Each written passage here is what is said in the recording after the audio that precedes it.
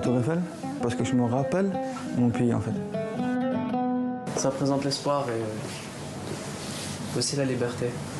Chaque fois avant que je dors, parce que ça c'est mon lit, avant que je dors tout le temps, je la regarde et je réfléchis pour mon pays. Je fais peut-être un de ces jours, peut-être le lendemain matin, elle vient à la France et elle va me prendre d'ici. En Syrie, je suis venu en 2005. Je suis venu, j'avais 3 ans, avec ma mère. Je ne savais même pas où je partais. En fait, ma mère elle me dit marche devant moi et je suis obligé à marcher. Et je marche. Youssef, Elias et Hamza, tous les 3 sont nés en France. Tous les 3 ont été emmenés en Syrie par leurs parents radicalisés et militants de Daesh. Après les combats et la défaite militaire du califat en 2019, ils sont arrêtés par les forces kurdes et envoyés d'abord dans le fameux camp de Al-Hol en famille. Une fois adolescents, ils sont séparés de leur mère et placés dans ce centre fermé de réhabilitation. Ils y suivent des cours d'arabe, d'anglais, de mathématiques, de psychologie. Ils ont des loisirs, mais ne peuvent jamais sortir. Youssef est arrivé en Syrie en 2014. Il avait alors 10 ans. On est venu à peu près en camping-car de la France avec toute ma famille. Il y avait ma mère, mon père, mes frères, mes sœurs, tout le monde. Normalement, on devait venir en Turquie en fait. On était en vacances, on devait venir à la plage. Et de là-bas, je sais pas qu'est-ce qui s'est passé en fait. Moi aussi, j'étais un peu petit. Et j'ai atterri en Syrie.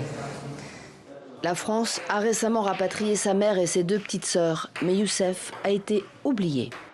Je sais pas pourquoi je suis encore ici et ma mère elle est en France en fait. Pourquoi la France a peur de toi? Je pense qu'elle croit en fait que je suis un terroriste en fait et j'aime le sang et je veux égorger, je veux tuer et je suis pas comme un vampire peut-être, mais en fait je suis pas comme ça du tout moi. Je pense à rien en fait.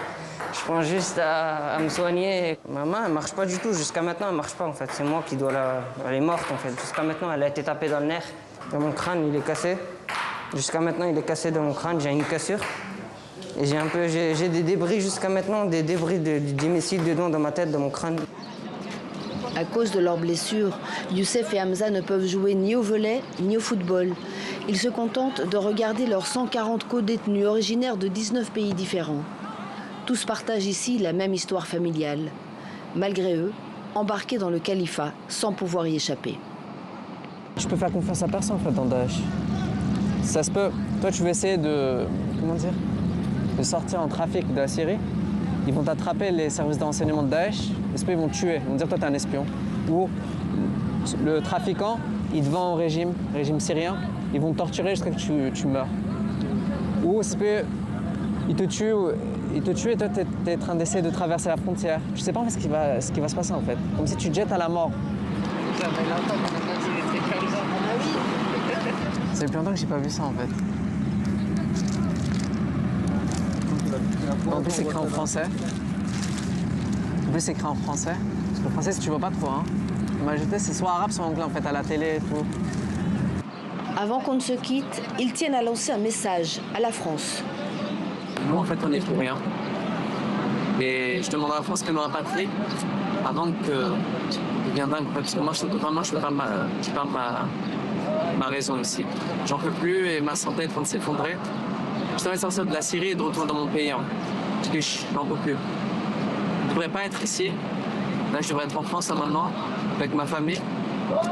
Et j'espère que ça va se passer très vite. Parce que là, ça fait 5 ans que je suis en prison là, tout bien. Et j'ai rien fait en fait, moi. En 2022, la France a été condamnée par la Cour européenne des droits de l'homme pour n'avoir pas rapatrié ses ressortissants. À ce jour, 226 femmes et enfants ont été ramenés, mais il reste des candidats au départ, ici dans les camps, en Syrie. En ce qui concerne les 6 adolescents, placés en centre de réhabilitation et en prison, aucune opération n'est prévue ni même envisagée pour les rapatrier en France.